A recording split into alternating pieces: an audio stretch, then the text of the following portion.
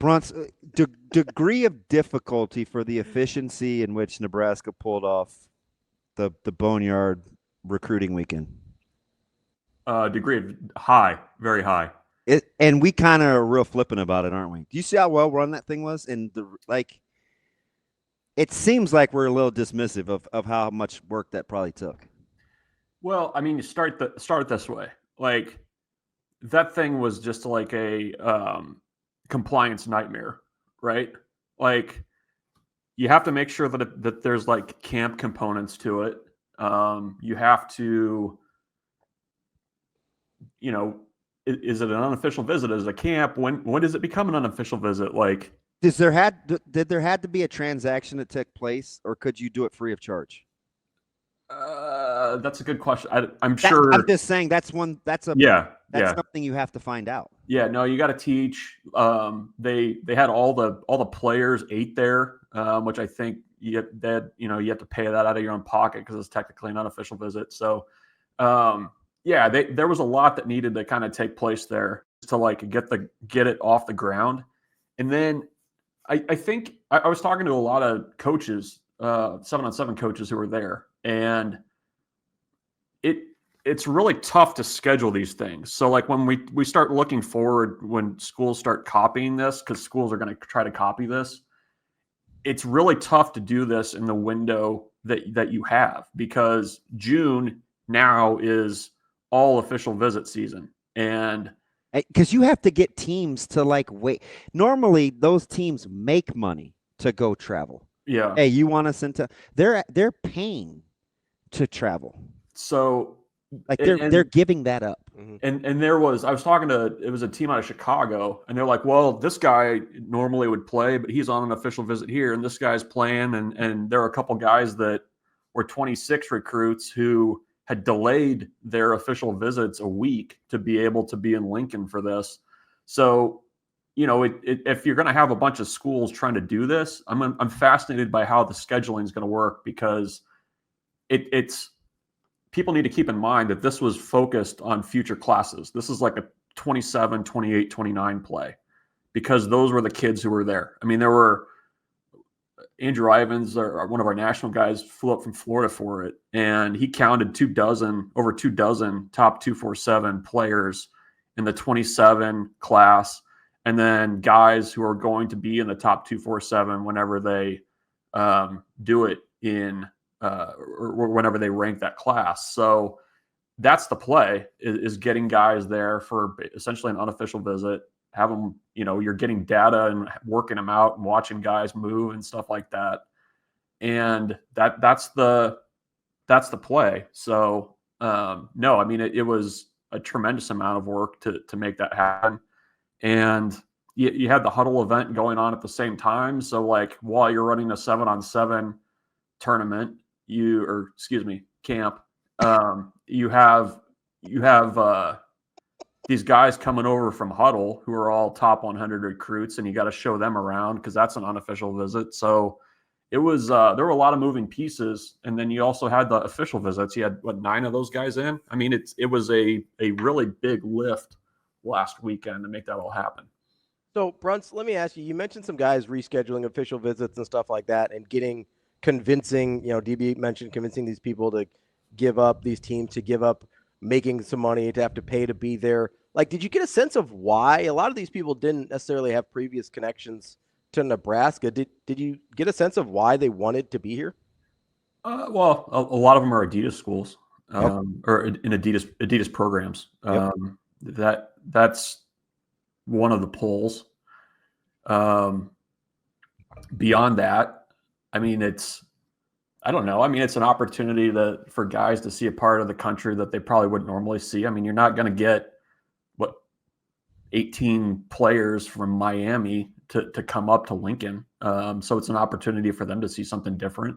But that I would not overlook the Adidas relationship there. I mean, that's really an important thing. And Adidas has done a good job, very much so, in the past, especially, of the grassroots stuff with 7-on-7. Like they're really tied in there, and it was good to see Nebraska finally leverage that a little bit, because I don't know that they've done that enough in the past. Yeah, you know what I think an underrated. I am so glad you said that, Bruntz. It's the first thing that I'm actually back patting you for so far today.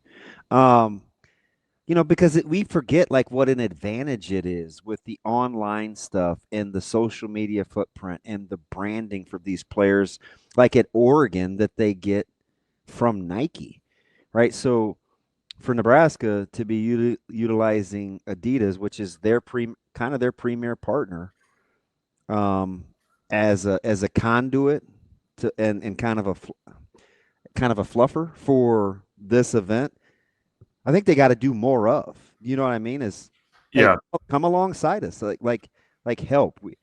This is going to be good for everybody. Yeah, no, I think that was the that was the big kind of connection for everybody, was just their the fact that Adidas has the tie-in, and I think too, like, I don't know, like they want to flex that brand a little. And you mentioned the social media stuff. I mean, every team came with like their media guys, and they had cameras. Every team had cameras, and everybody was posting stuff afterwards. So kind of the roll down effect of that is pretty powerful for Nebraska. Bruntz, wanted to see if you'd seen some of the Phil Steele numbers on where he ranked Nebraska's units. I think we still have the graphic somewhere. Yeah, and we'll see if we can pop that up here. But one of the big ones that I had issue with was he had defensive line at 61st in the country, and then he had the running backs at 60th. I kind of understood the running backs because there's outside of Nebraska, the love for Emmett Johnson is probably not what it is inside Nebraska. But and again, maybe I'm on an island here. I have a really hard time feeling like this defensive line unit is not as good or not better than 61st in the country. Yeah, that's an interesting kind of sliding scale on those two position groups. Like I would imagine that you could probably cobble together a group of defensive linemen that you felt okay about that's better than that. Running back, that one's interesting. There's not a national appreciation for Emmett Johnson. It almost makes sense. It does. I mean, yeah, I can see that one more. It makes for sense. Sure. I can understand from a national perspective both of those rankings. Actually, like I get it. Like outside the bubble, if you just look at Nebraska and say, okay, you lose Ty Robinson, you lose Nash Hutmaker, you lost all these guys to the portal. I think everybody around here has a pretty strong like of Riley Van Poppel, but do they outside the bubble? I don't know. I mean, I think it's probably fair.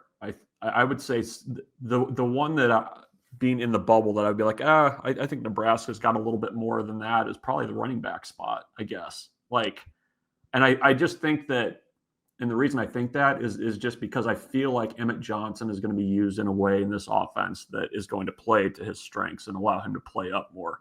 I don't know what's behind him, but at least as like a frontline guy, I feel relatively comfortable with him in that role.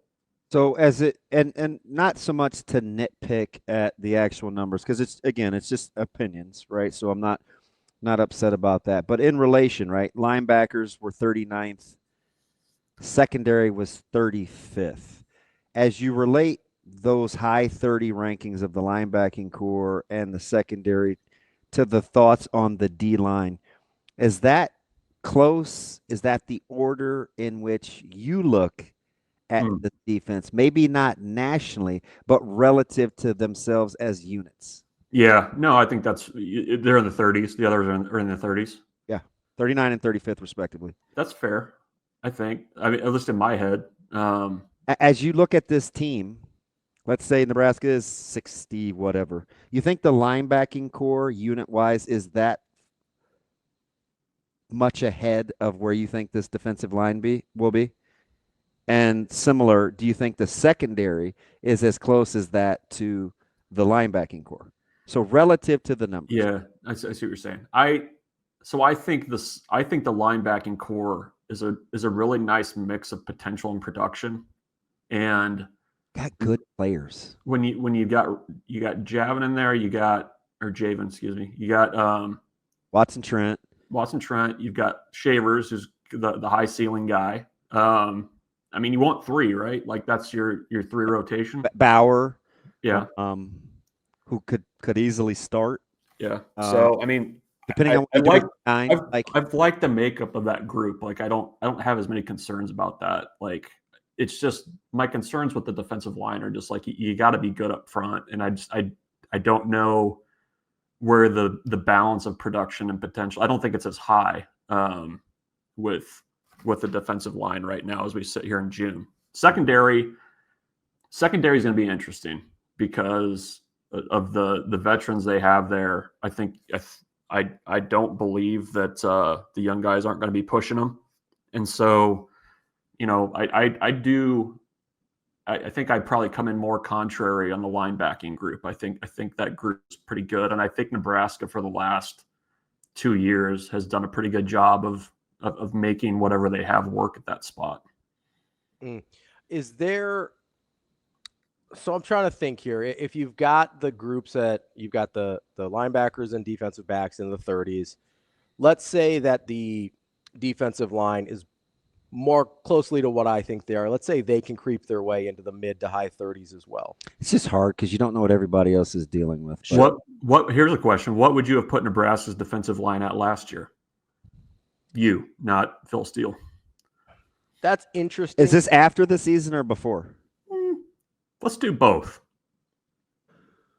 Before, I would have gone a little higher because I thought we were going to get more out of Nash. Obviously, I would have. Personally, I thought he was going to. I'll let you go first. I don't want to sway you. I mean, I personally thought he was going to have a big year. I sat here and said, I think with the lighter weight, he's going to be a little more disruptive. He's going to have the ability to finish off some of those quarterback hurries that he didn't really get to in the previous year. Obviously, he was banged up for a lot of the year, so that didn't really come to fruition. So I probably would have had him higher preseason than I did postseason. Higher is in a higher number? Better preseason than There's I did no postseason. way. No Although way. Ty was better than I thought he was going to be. Significantly. So I probably would have gone, I don't know, 30 preseason. And then not much difference, but 34, 35. I don't know. After. I'd have cut mine in half. I probably would have been somewhere in the 40s preseason and somewhere in the high 20s at the end of the season. They were pretty good. And statistically, it backs it up. This is the lens that I am looking through at this year's defensive line group as well. It really bothers me how much they struggled to make disruptive plays and affect the quarterback. Yeah, but Robbie, you would have this year's defensive line group preseason higher than last year's defensive line group? I'd have them about where they finished. I'd have them in the mid-30s. I think their ceiling is higher than that because I think this could be a really disruptive group. But having said that, though, I mean, you need the quantifier of you are extremely high on this defensive line. I'm way higher than anybody else I've talked to. Anybody that I know that's not a coach or plays for him. I'm incredibly high on this defensive line group. Like, I think they could be really, really good. Bruntz, do you buy the undersized bit? That Nebraska's undersized? Yeah, the defensive line specifically. I think I'm trying to think. So you're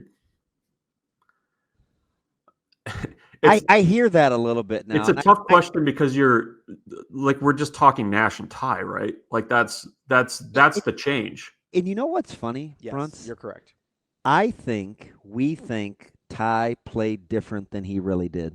And bigger than he really did. His game was predicated on explosiveness. It wasn't his raw size. Right. He's a big guy, but it was get off, it was gaps, it was we make it seem like he was kind of this. He was also doing it at a high weight though. Like because he was in the threes. Yeah. I don't know. I guess I have my concern. He wasn't a stuffer though, is what I'm saying. No. He wasn't like a mauler. Yeah. No. it feels like my concern about the size is like second line defensive lineman. Like when you have to go to that second group, do you have somebody that's going to be able to stand in there and own a gap? Like I think they can, and I think they can probably. I think as a group, probably that second unit's going to be better. But I don't know. I mean, like as much as Nash was kind of hindered by that injury through the season, I think just having somebody that size in the middle to hold that spot was really helpful. So I don't know. We'll see. I seeing the guys at practice too. I mean, we didn't see much, but it seems like a group that's a little bit more not as just kind of it's a good looking group, but it just feels a little bit smaller to me in certain parts of the rotation. Certainly, I think more athletic. Yeah, that's fair. The only key is somebody just has to be able to command a double. You do that. You can do a lot of things. Yeah, I mean, I would take a undersized Keona Davis on the outside. That's an okay looking picture to me. You know. Yeah, I'm pro. I'm good with that. Good with I love to see the little air quotes. Undersized. Yeah. Bruntz, appreciate the time as always. We will come up with some other obscure person to see if they're overrated next week. I already got next week's. Oh, okay. This is appointment viewing, guys. Bruntz of Husker247. Thank you, guys. Thanks, Bruntz.